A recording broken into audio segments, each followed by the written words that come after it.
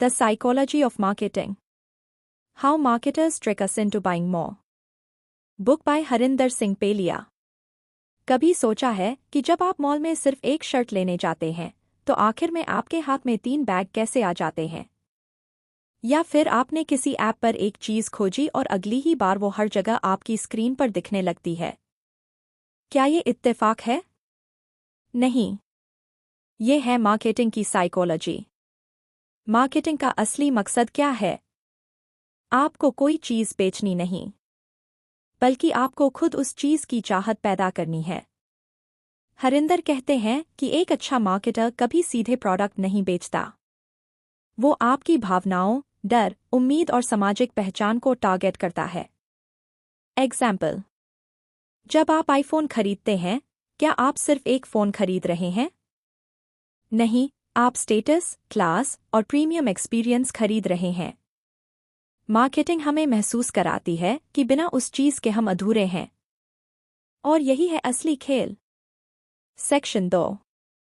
Resistance तोड़ने की चालें। जब हम किसी चीज़ को खरीदने से रुकते हैं, उसे कहते हैं बायर रेजिस्टेंस। मार्केटर्स की असली चालें इसे तोड़ने के लिए होती हैं। हरिंदर इस किताब में 5 बड़ी साइकोलॉजिकल टेक्निक्स बताते हैं।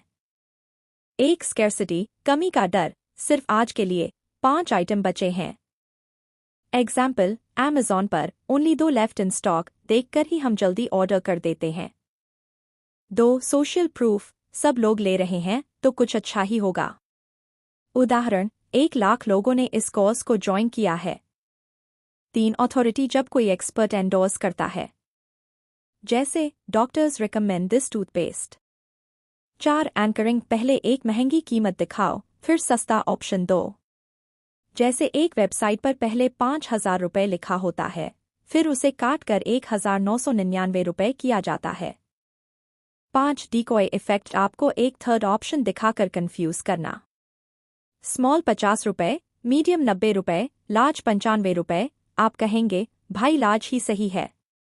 इन सभी चालों का मकसद होता है आपकी डिसीजन मेकिंग को सटली कंट्रोल करना।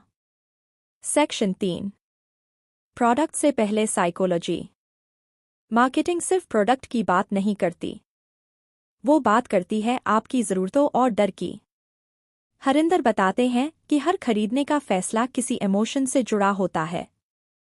Security, belongingness, power, love, self esteem.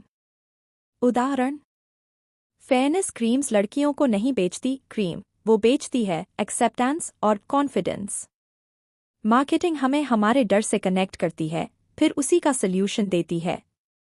एक स्ट्रैटेजी है प्रॉब्लम एजिटेट सॉल्व। प्रॉब्लम दिखाओ, उसे बड़ा और खतरनाक बनाओ, फिर अपना प्रोडक्ट उसका हीरो बनाओ। सेक्शन 4। डिजिटल मार्केटिंग की मनोचलें।